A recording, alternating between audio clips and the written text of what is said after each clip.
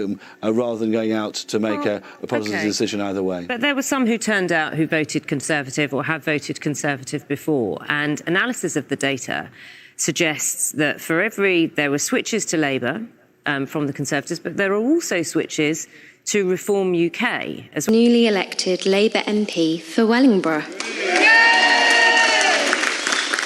This is a stunning victory for the Labour Party. Thank you to the residents and people of Kingswood.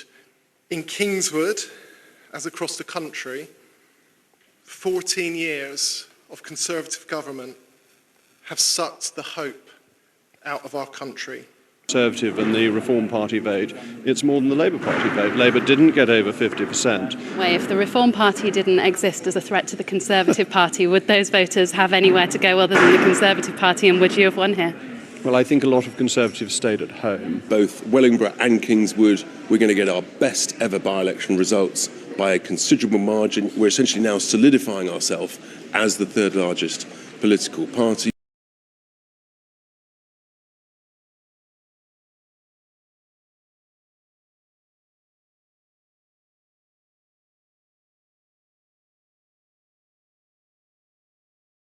As the newly elected Labour MP for Wellingborough.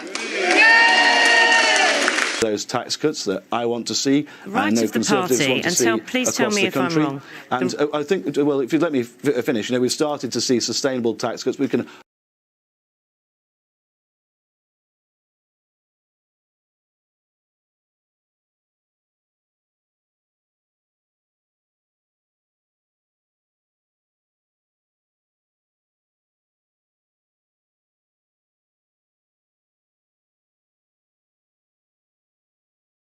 Speak soon. Bye-bye. And from me and Paddy, the most bizarre version of breakfast television you could possibly get. Never to be repeated. Well, who knows? There is another by-election coming up. Okay. Right, thanks for watching and thanks for listening, everyone. We'll be back with another classic episode of Newscast with Laura and Paddy very soon. Bye.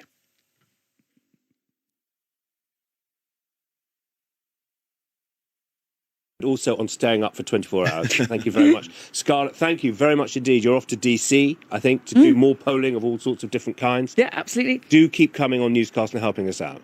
And I'm going to do the legal bit, which is we talked about the Rochdale by-election, which is the next one. And there's a full list of candidates on the BBC News website. So you can see all the 11 men, no women, who are standing there. And also, if the Conservatives had put up a minister or a Conservative backbencher, we would have had a Tory sat here doing all their election lines as well, like Peter's just been doing for Labour. But we appreciate you being here.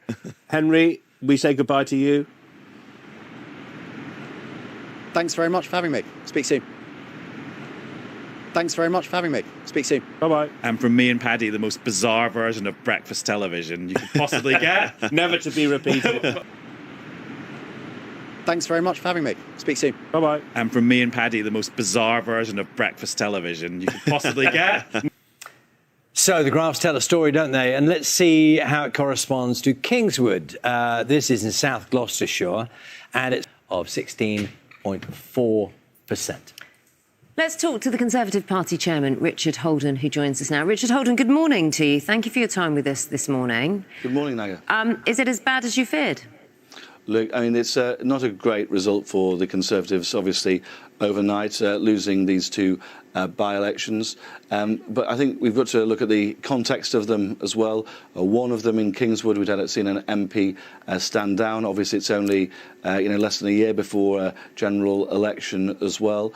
And in Wellingborough, we saw a recall petition, an MP forced to stand down as well. So, not an ideal context at all to have these by-elections in, and both with those local contexts as well.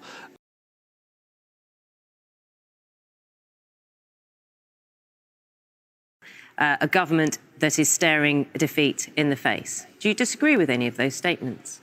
Well, look, I think there's no denying, you can sort of talk it up as much as you like, but there's no denying that these are not great results for the Conservative Party. What I would say, though, is that we've seen turnout figures, very substantially down as well.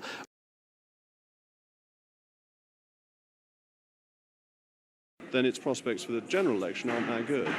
Everyone here knows that success in a by-election doesn't necessarily translate to triumph when a general election comes.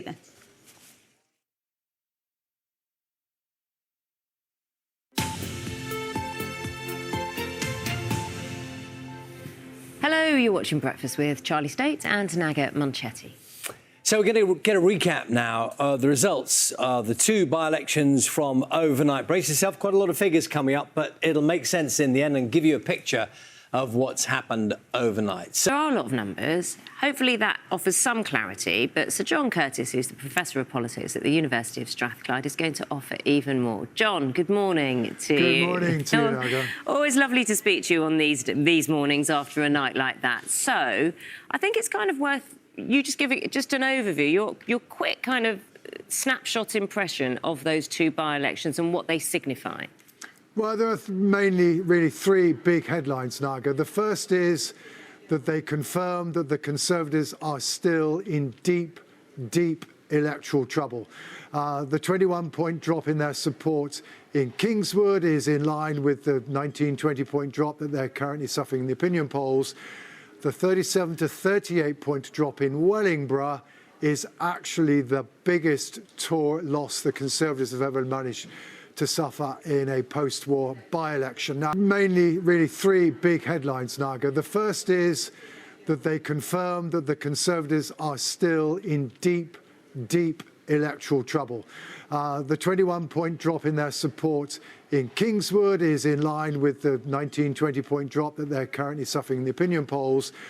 The 37 to 38-point drop in Wellingborough is actually the biggest Tory loss the Conservatives have ever managed to suffer in a post-war by-election. Now, it may well be that the circumstances surrounding Peter Bone's downfall and his replacement by his partner perhaps added to the party's woes in Wellingborough, but there is no gainsaying the fact that this morning we are still looking at a government that at the moment is staring defeat in the face at the next general election.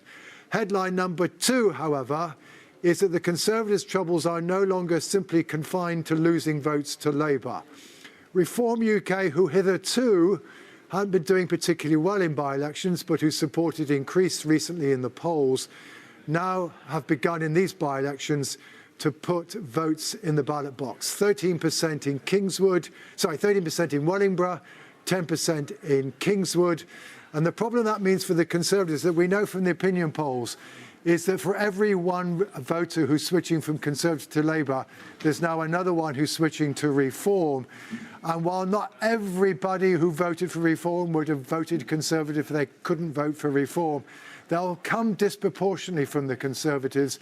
And it just means that that coalition of Leave voters, pro-Brexit voters that took Boris Johnson to victory in 2019 is just fragmenting further as Reform now threaten to take more votes away from the Conservatives. That leaves Labour, headline number three, as the beneficiaries. Two more by-election gains, two seats where the swing required for them to win was above what they need to win a general election overall majority. And while you can quibble at the edges about the fact that Labour's support is basically only up about half as much as the Conservative support is down, the truth is, I think today, Sir Keir Starmer looks as likely to be the next Prime Minister as he did 24 hours ago, if indeed not even more so.